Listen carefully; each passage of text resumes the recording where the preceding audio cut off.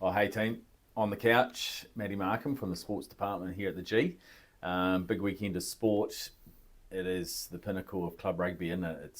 It's still a big deal, even though the Luceti thing's there and Heartland aspirations are still there. Waters Cup, it's the big dance. Yeah, it's that club thing, and it's mate against mate kind of stuff, and there's always that little bit extra when it comes to a Waters Cup, even in the pool games, and players and coaches talk about it. They see their teams react differently in the lead up to a game against a fellow Mid-Canterbury team, and I think we've got the best possible final tomorrow. Obviously, Celtic and Methven have met twice during the season. It's 1-1. There was only 1 point in it last time they played, so I think we're going to see a cracking game out there on Saturday at the Ashburton Showgrounds. So if it's there's been a bit of rain about, if it's a wet track, does that favour one against the other? I mean, Celtic performed well on the wet against Prebbleton, didn't they? They did, and they have got a very powerful forward pack. But what I would say is I think Methven have got an equally as stronger forward pack that will stand up and probably make them better than what Prebbleton did. That was a really poor performance from Prebbleton. Methven go into it obviously being the defending champions, so they've got that on their side and that to think about. Celtic will probably be ruining the missed opportunity of last year where they got put out in the semi-finals. So you couldn't ask for a better build-up. I mean, Celtic have had such a wonderful season. No team has won the Luceti and then gone on to win the Waters Cup in the same year, which shows just how tough it is to back up from one competition to the other. Celtic, I think, have got the best chance of any team that I've seen, and when I've been covering club rugby around here, to actually do the double and create a bit of history. So it'll be a special day, and looking forward to getting out there. It's going to be a really, really tight battle. All right, mate. So are you going to sit on the fence or are you going to give me a winner? From a business perspective, I'm going to sit on the fence and remain totally unbiased, but I can tell you, Hoops, that all of this week I've been listening to Michael Jackson's Black and White, and not a single Green Day song snuck onto the playlist.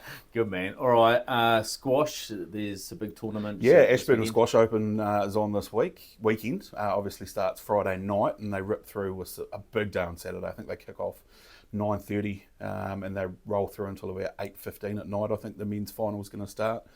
Quality players, we've got a former world number 38 over here playing from, he's originally from Perth, his name's Mike Corrin.